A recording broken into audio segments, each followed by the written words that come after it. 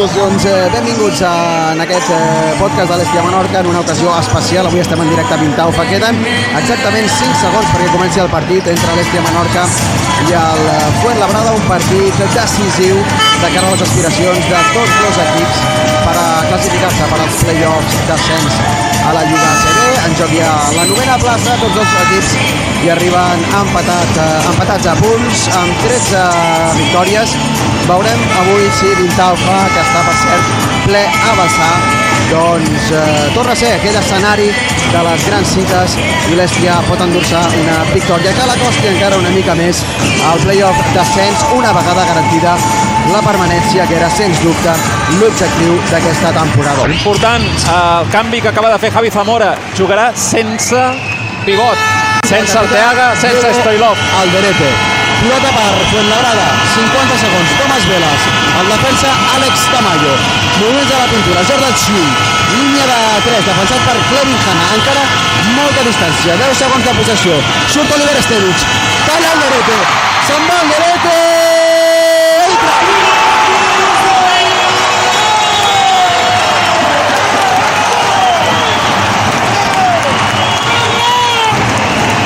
segona pèrdua consecutiva de Fuenlabrada. Segona pilota que roba l'Hèstia Menorca. En el primer ha estat Eric Demers. El segon ha estat el capità Diego Alderete, que estava fresc i acabava d'entrar a la pista. Dues pèrdues dels visitants, dues penalitzacions immenses d'Hèstia Menorca, que ha recuperat un -6 en el marcador abans d'aquells 3 tirs lliures de Clevin Hanna. Queden 35 segons i l'Hèstia Menorca està +1 en el marcador. Alderete, servida de banda, moviments, Clevin Hanna, fa la volta, és Eric Demers. Ha fallat Eric Demers. Derrota de l'Hèstia. I s'acaba el partit. Derrota de l'Hèstia Menorca. Com ho celebra Fuenlabrada, com ho celebra l'equip, com ho celebra els aficionats que s'han desplaçat aquest dissabte fins al pavelló Vintaufa. 85-88 ho ha tingut a tocar l'Hèstia Menorca.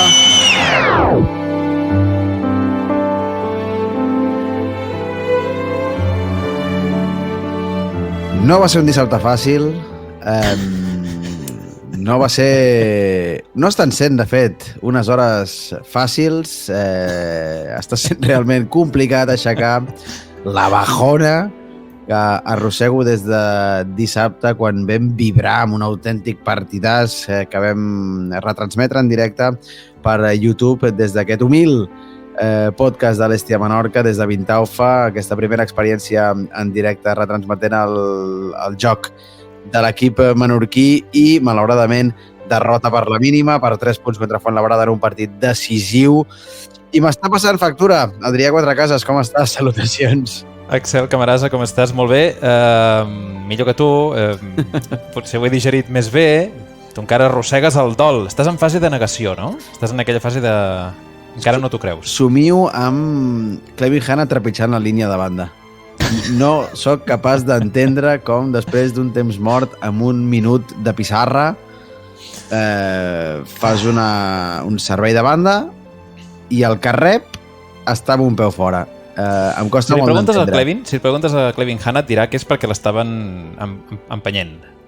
Perquè el van anar empenyent fins que va sortir fora de banda. I pot ser. I també perquè no tenia massa força ja per, frenar les embestides dels rivals, perquè ho va jugar pràcticament tot i estava absolutament destrossat. Però em sap greu, perquè ho vam tenir a tocar.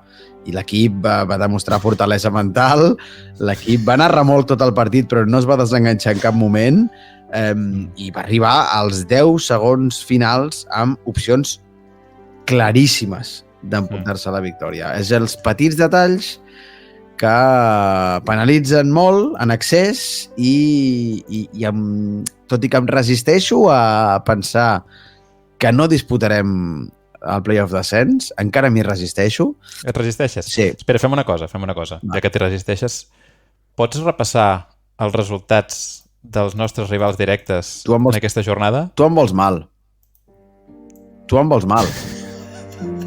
Perquè és que la jornada no pot ser més nefasta. És terrible. O sigui, nosaltres vam perdre contra el rival més directe possible i tota la resta van guanyar.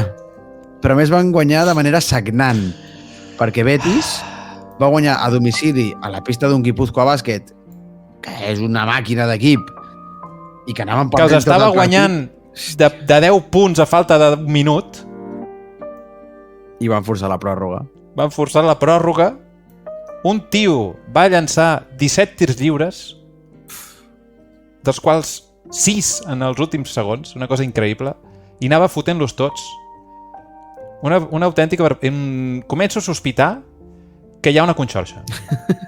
Començo a sospitar que hi ha un... No hi ha un volen mal que l'Estia organitzat. Menorca disputi el playoff? Pot ser, Jo no vull ara pecar de conspiranoic. Però... no descartis que aquí hi hagi una mà negra, No descarto. Malatins? Pot ser. Malatins. Podria ser, perquè a més és que tots els altres, Ourense, Oviedo, absolutament tothom va guanyar. No, Va guanyar Oviedo tothom, no. Oviedo no, però perquè Oviedo està darrere. Però Ourense també va guanyar. Tots els equips amb els que anàvem empatats van guanyar. I els que anaven per sota també ja ens estan apretant ara molt. Sí, Equips sí. que deuen tenir molt entrenat com rebre sacades de banda sense trepitjar fora del camp. Equips preparadíssims. Com rebre maletins sense ser vistos, com amagar bitllets no numerats en maleters de vehicles. I fer-los arribar als grups arbitrals. Parlant de maletins, pertinents. com qui no vol la cosa, Adrià, Sí. l'arbitratge què? Així que ve de passada. Quin escàndol! L'arbitratge va ser dolent. Va ser dolent. Jo ni tan sols malvat, perquè mires, si fossin malvats, si hi hagués mala intenció encara, però és que jo crec que hi ha incompetència. Ja.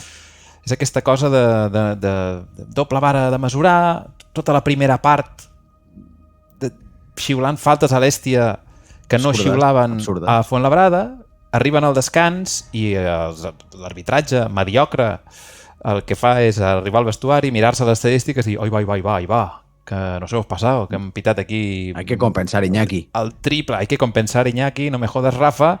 I clar, a la segona part, tot el contrari. A la segona part, tot de joc físic i molt... faltes de l'Estia Menorca, agafades, estirades, empentes, de tot, i allà no passava res, jueguen, i això va ajudar molt a la remuntada, eh? Sí, home, No s'ha de menys tenir. Home. Però la primera part és una cosa, la segona és una altra, i el que a mi m'esgota és aquesta inconsistència. Que no hi Jo els hagi hi un demano criteri, més. no? Que no hi hagi un criteri... Clar. Els jugadors I estic segur que els jugadors també ho agrairien, saber exactament què és el que poden fer i què és el que no, què és el que es falta i què és el que no. Saber-ho, ho marques en els primers 5 minuts i llavors ja jugues la resta de partit sabent-ho.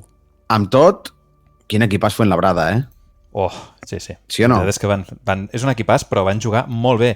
Ho comentàvem durant la transmissió, que jo és l'equip amb el que he gaudit més com a rival, no? De dir, ostres, que bé juguen aquesta gent, tant en defensa com en atac. Tant des de fora com des de dins, també, Sense tenir perfils de tios molt alts i molt potents sota la cistella, com que tenen aquests jugadors amb aquesta versatilitat, que poden jugar tant a la pintura com des de fora, amenacen des de qualsevol banda. Hòstia, l'Estia va haver de rebar moltíssim, Els pivots del Fuenlabrada són els millors tiradors del Fuenlabrada. Exacte. És una cosa curiosa, però això permet que juguin amb els 5 oberts, no? Que juguin amb 5 jugadors, tots ells pràcticament per fora de la línia de triple, i això condiciona moltíssim les defenses. I això ho va pagar, per exemple, Arteaga, que va tenir un partit dificilíssim. També Stevic estaven estaven descol·locats perquè els feien sortir de la seva zona de confort. Clar. I durant molts minuts això es va fer pagar. Si mirem 4 dades ràpides, una que em crida l'atenció és els triples. Vull dir, ja ens vam adonar en directe que ens estaven matxacant a triples, però és que fas la comparativa, Estia Menorca va anotar 11 de 29, que no és una mala estadística. Vam anotar molts triples, Clevin Hanna i Eric Demers doncs es van carregar en aquest sentit l'equip a l'esquena des del joc exterior.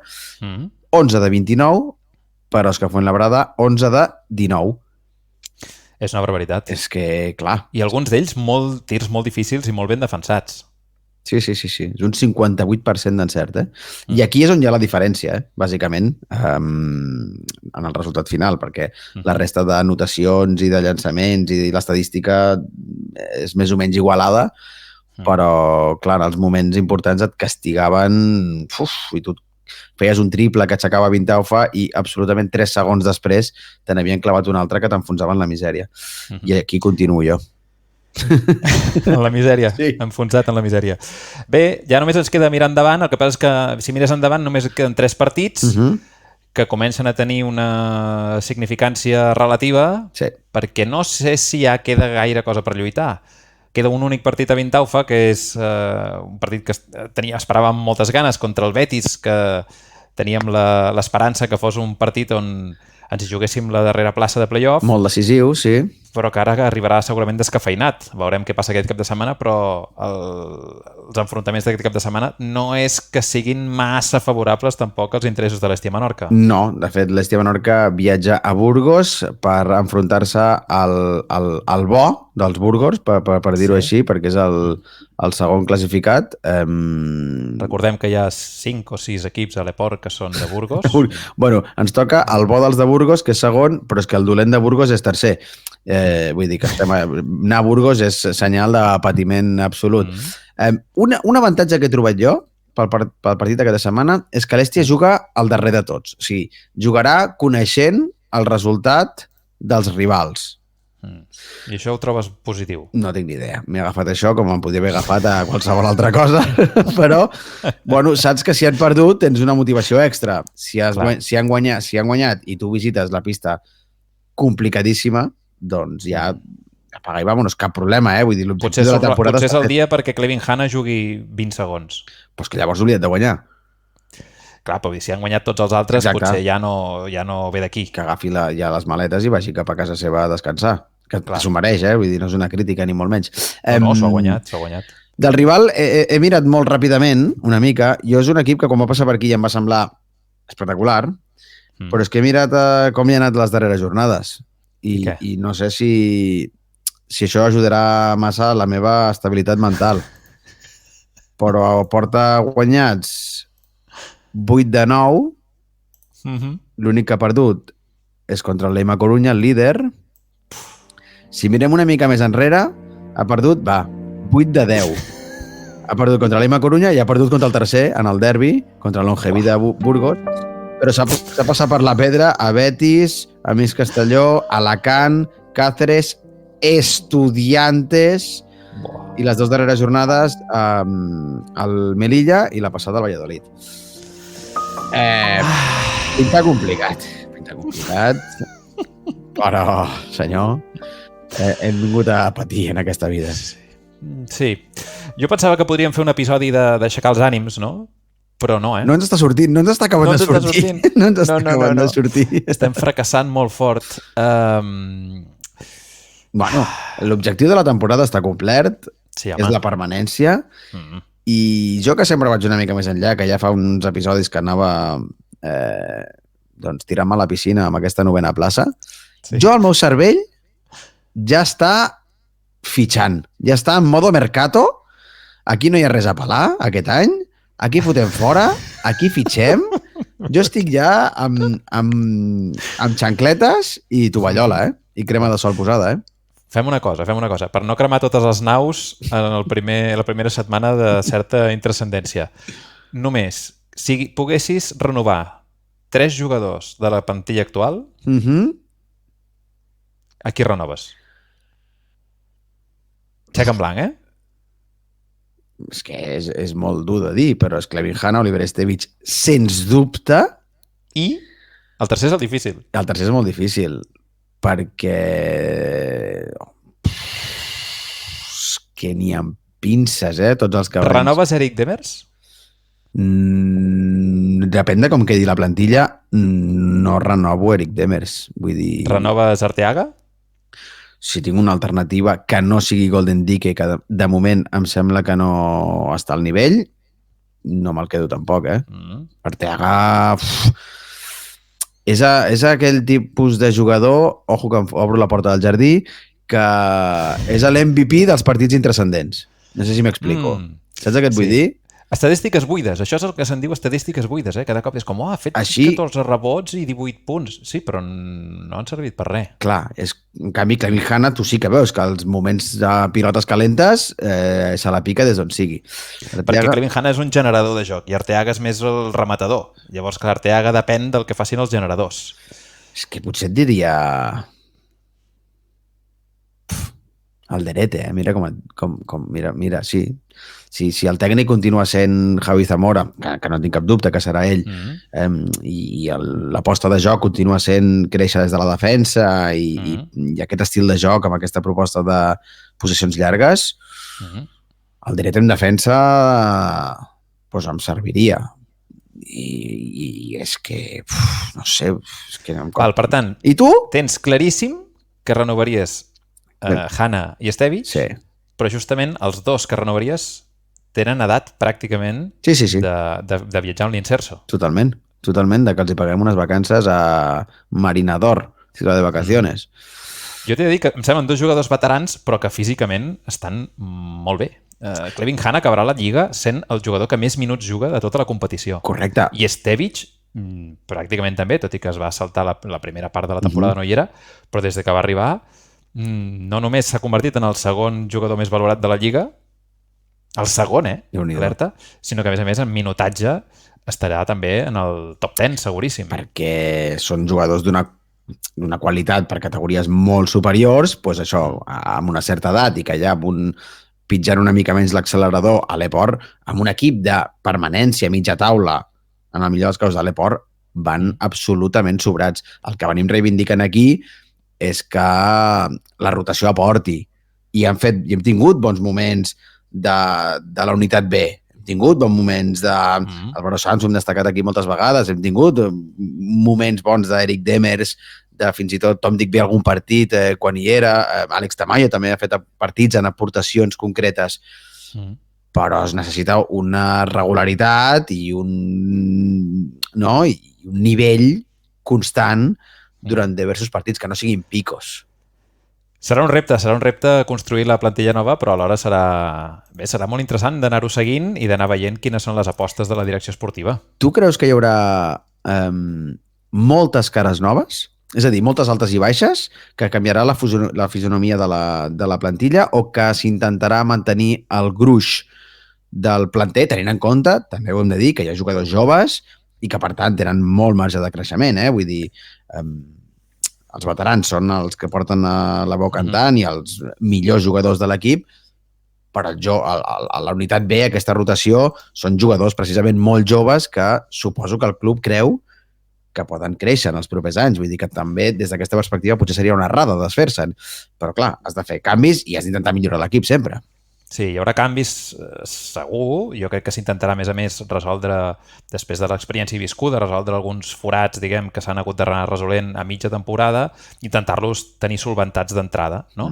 Però estic d'acord amb tu. Segurament la part de la segona unitat, parlem d'Álvaro Sanz, parlem, per què no, de Golden Dique, si aconsegueix entrar en dinàmica, perquè també és molt difícil arribar a un equip que està totalment rodat i integrar-te, però són jugadors d'un perfil, el mateix Stoilov, són jugadors, jo crec, interessants per a una segona unitat a l'Eport, però caldrà reforçar el 5 titular i, evidentment, les peces claus és qui ocupa aquesta plaça d'Eric Demers, si és que és Eric Demers, o és un relleu, que jo sospito que serà un relleu que t'ofereixi més polivalència i més garanties més enllà del tir, que sempre és volàtil, i després aquesta plaça de pivot titular que suposo que també ballarà. No sé per quants anys va firmar.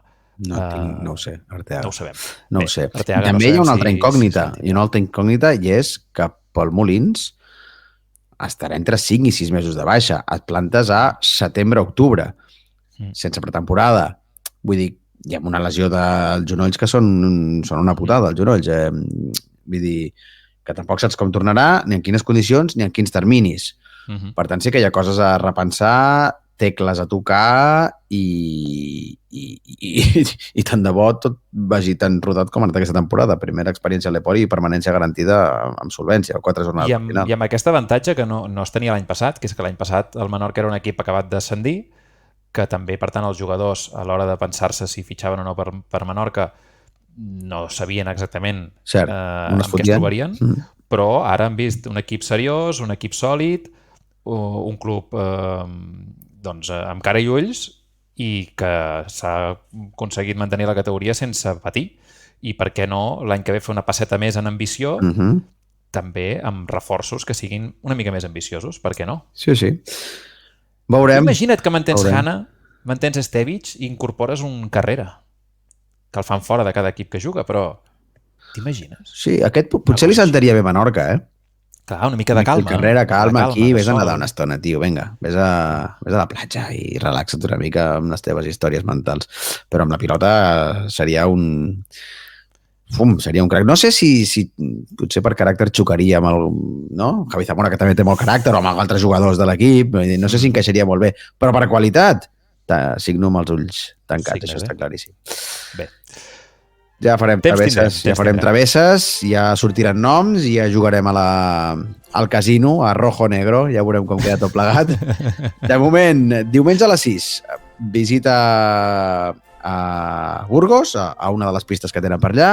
Nosaltres ho deixem aquí, Adrià, estarem pendents, ho explicarem com sempre aquest podcast, el podcast de l'Hèstia Menorca, com diem sempre, el millor podcast el podcast del millor equip de bàsquet de Menorca, per tant, també de les Balears, amb la col·laboració de Chupitos Gin Xuriguer. Epa! Salut i, com sempre, que visqui l'Hèstia! Que visqui l'Hèstia!